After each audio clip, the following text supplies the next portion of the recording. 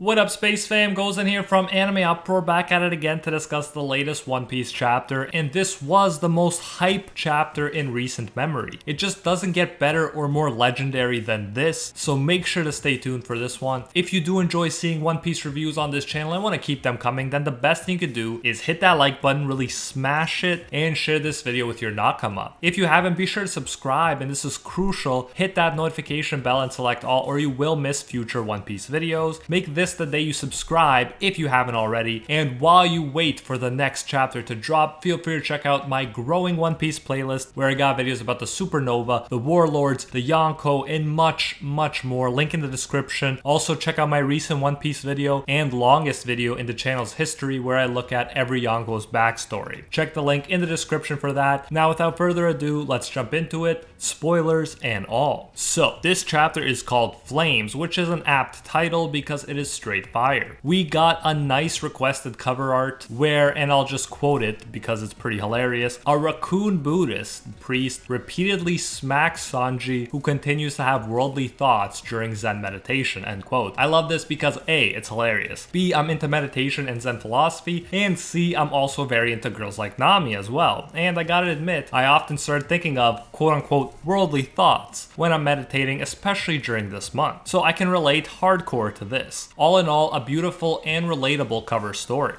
But moving on to the epic chapter itself. So we get Sanji running to what we all assumed to be Black Maria, and that is a meeting I've been waiting for a long time. Sanji reacting to a woman as beautiful as Black Maria is sure to be good. And only now do we realize how important it was that Jinbei was with Luffy as well as Sanji. Sanji straight up left Luffy to save a woman, which is not a bad thing. It's in alignment with Sanji's character. He's a gentleman in his own way, and when it sounds like a woman is in trouble, it only makes sense that he goes to help her. I'm not holding this against Sanji at all, but it does show how indispensable Jinbei is here as part of the crew in this instance, so he can support Luffy even when Sanji must leave to protect the maiden's purity and do other Sanji things. With the way Oda set up Sanji's character, I don't think anybody can be surprised by his decision here. For him, it seems like someone is forcing themselves on a lady against her wishes. He hears the woman begging the man to stop, so you know Sanji's gonna try to save her. As is mentioned in the manga, it's not just her clothes she's about to lose, but her purity as well. Knight in shining armor Sanji has heard enough. He breaks through the walls only to get caught in a spiderweb trap. Black Maria definitely seems to be giving off that Black Widow vibe. Black Widow spiders are known in pop culture for eating/killing their mates, so she definitely spells danger for dudes who get close to her, and that may even include Kaido, but we shall see. As it turns out, this was all a trap by Black Maria's people. They set up the whole performance to trap quote-unquote naive warriors of justice, which is pretty hilarious. Does it seem a bit sad that they caught Blackleg Sanji with his 330 million bounty this way? Kind of, but I still respect Sanji. He didn't know for sure it was a trap, so he had to follow his own principles. He lived by his own code of honor, and that's respectable even if he did end up being tricked. Then we finally get the meeting between the beautiful Black Maria and the tied up Sanji. She kindly asks Sanji not to cause trouble so that the banquet hall doesn't become a battlefield, and she says that she has a soft spot for foul-mouthed boys like Sanji. She asks if Sanji likes her, and after he makes it clear that he's not happy with being tied up, beat up, and belittled, he appears to say that he's nonetheless love-struck, which is hilarious and quintessential Sanji right there. Very much looking forward to seeing how this develops,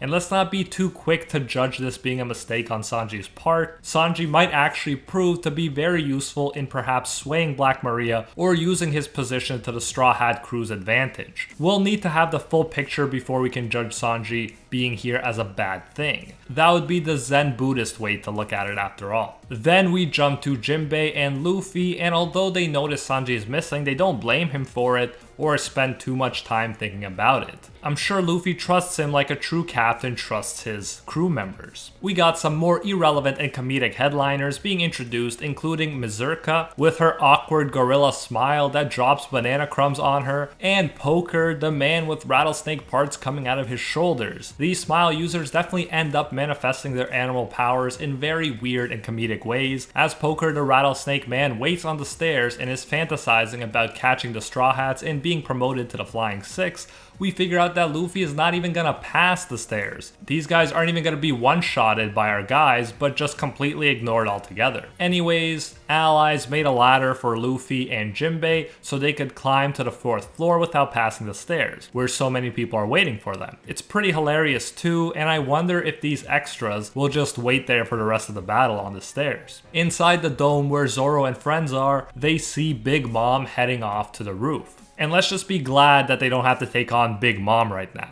Zoro has an interesting moment where in the middle of all this pandemonium and panic, he becomes pretty stoic, if you will. Keep in mind, this whole time Apu was seemingly dodging attacks from Zoro and Drake combined, not to mention running from everybody else. Drake is still engaging him in battle while Queen laughs his butt off, telling Apu to run like the wind so he can amuse him. Again, Queen's over here like he's playing a game and everyone here is his pawn. However, Zoro had enough. You're not gonna make Zoro into a pawn. He slices Apu in an epic panel, quickly sheathing his sword afterwards. This is some epic samurai stuff right here. Now, even though they're all supernovas, I will say I think Zoro is definitely stronger than Apu, but we must acknowledge that Apu was distracted by Drake and as a result probably didn't see the quick slash coming. Still, that doesn't take away from how epic and fast Zoro had to be to finish him off so quick. He gets the antidote for the ice virus and passes it off to Chopper, who remember is infected. We have a nice moment where the usually stoic Zoro asks Chopper if he can handle this floor and says to him, and I quote, "You're not gonna die, right?" End quote. And Chopper says, of course not. Our reindeer is taking charge of the situation bravely and says he's already figured out the composition of the virus. We get a nice smile from Zoro as he says that's our doc. You usually associate Zoro with being a sort of tsundere and fighting with people like Sanji even if he cares about them. He has a kind of distant tough love approach with his nakama most of the time, but here we get a genuinely nice moment between these two and I love it. Now Chopper gets his chance to shine as he takes control of the situation and tells everyone to counter the ice demon virus with fire to stop the spreading until he can make enough antibodies for everyone. And that's right, everyone, including allies and enemies. Chopper is living by his own code of honor, and he, as a doctor, is obligated to save both allies and enemies alike. And this is where we could really see guys switching sides, when Queen treats them so bad and their enemy is offering to save their lives. Again, I want to see some antagonists just treating all their crew members good too. Obviously, Kaido had that moment with Jack, and I thought it was great. We don't want every villain to be just like early Vegeta, ready to kill his own partner Nappa at the drop of a hat. I personally prefer a bit more gray area between the protagonists and antagonists, but that said, when really unlikable people like Queen do get their just desserts, it is all the more satisfying because of how awful they are. Just as Queen, the All-Star, is getting ready to end the lives of his own supernova Apu and Chopper, his gun gets cut apart to his shock. And it turns out to be our boy Zoro, as if he wasn't epic enough already in this chapter. He tells the All-Star that he didn't come to Onigashima to play his games, but to cut down Kaido, the one known as the strongest in the world. That moment gives me goosebumps. It's so epic and legendary. This is even better than cutting down Apu, as he not only attacks and talks back at an All-Star here, he straight up says he came here to cut down a Yonko and the strongest one in the world at that. And I'm really glad to see it. I think there's plenty more that Zoro has been holding back, and an All-Star is definitely a more fitting opponent for him than Apu in my view. And he may not even stop there because he clearly plans to cut down Kaido. Again, I don't think anyone thinks that he'll beat Kaido alone, but as a part of a team effort, I could see that. There's been plenty of foreshadowing already that we'll get to see Zoro have a go at Kaido with his swords, the weapon that seems to be the most effective against this Oden traumatized Yonko. And while Zoro says this epic stuff, an earthquake happens. Perfect timing, by the way. People think it's the result of his rage and it's questioned if it's Conqueror's hockey. Zoro explains calmly that that obviously wasn't him, but it's definitely a fun moment where Oda is having some fun with the readers who are dying to know if Zoro will end up having Conqueror's hockey. Not that he even needs it to be a legend at this point. And it turns out the thing that made Zoro upset all of a sudden, as Robin points out, was Kiku's arm falling from the ceiling. And that is quite the crazy thing to witness in the middle of a battle. Zoro wishes he could just fly up there, but knows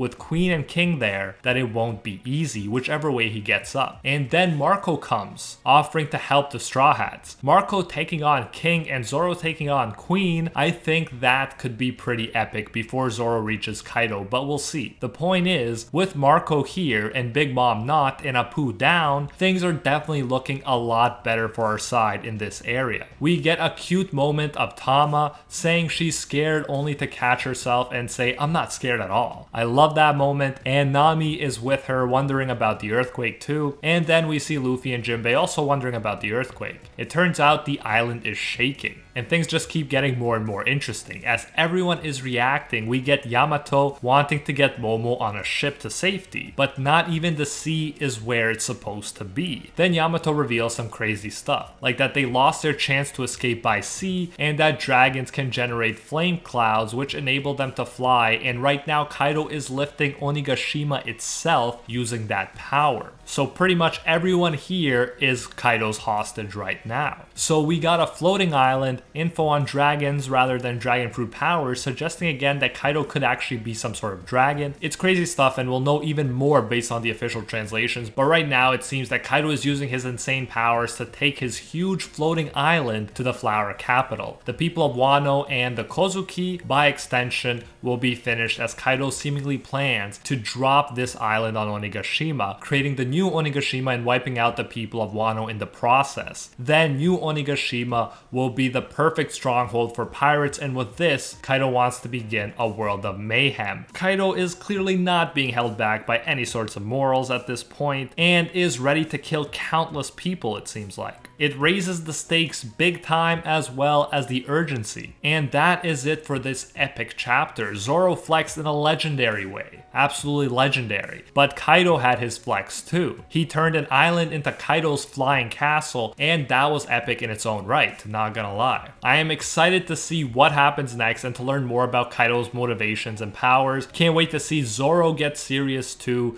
and for the confrontation with Kaido to begin. Clearly the Scabbards are no longer putting up a fight against Kaido, which means, as we may have guessed, it's going to come down to Luffy and the other pirates to take him down. But yeah, in the comments, let me know what you thought about this one and what you expect to see happening next. Definitely one of my favorite chapters with one of my favorite Zoro moments to date. If you did enjoy this review and want to keep the One Piece reviews coming, the best thing you could do is hit that like button, really smash it, and share this video with your nakama. If you haven't, be sure to subscribe, and this is crucial. Hit that notification bell and select all, or you will miss future One Piece videos. Make this the day you subscribe if you haven't already, and while you wait for the next chapter to drop, feel free to check out my growing One Piece playlist, where I got videos about pretty much anything you can imagine, including the Supernova, the Warlords, the Yonko, and much more. Link in the description, and specifically check out my longest video ever on every Yonko's backstory if you haven't, since as you'd expect, the way these Yonko got to where they are is fascinating AF. And I especially want to thank the Patron Squad over on Patreon and here on YouTube who help make videos like this one possible. First and foremost, I want to thank the Patron of Legend, the one acknowledged by Lord Twigo himself, Alpha Sigma. And are the 1-tier patrons, the ones who stand atop all clans, Ingrata, The World, Acquire Respect, Liam Thompson, Pate Heffa, Emperor Otaku, Thomas Jones, Spidey Life Tanel, Baked Buddhist, Rithian, Tungsten Tarkus, and Denki Kaminari. And our Pro Hero tier patrons, the one and only Gilgamesh, who's the current most donated overall champion of the world, Steelers, Angel Cruz, Anatoly Kazatsky, Cricket XP, Joe Stanton, Rathuan Deora, Very Gucci, Jessica Kayla Font, Alicia Actor, Hinokami and Water, Bonnie Parks, The Red-Haired Raven, Florian, Joanne Garcia, Mick Seamus, Jack Watches Anime, Amanda C, Deadly Saint, High School DxD 73, Matthew Cruz,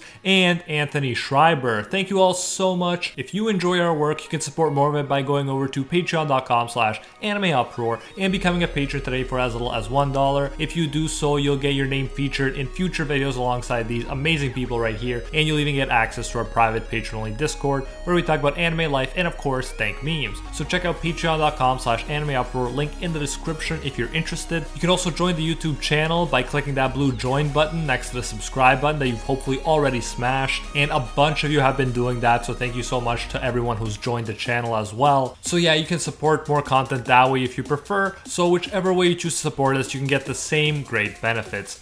Thanks again, and until next time, see ya, Space Cowboys!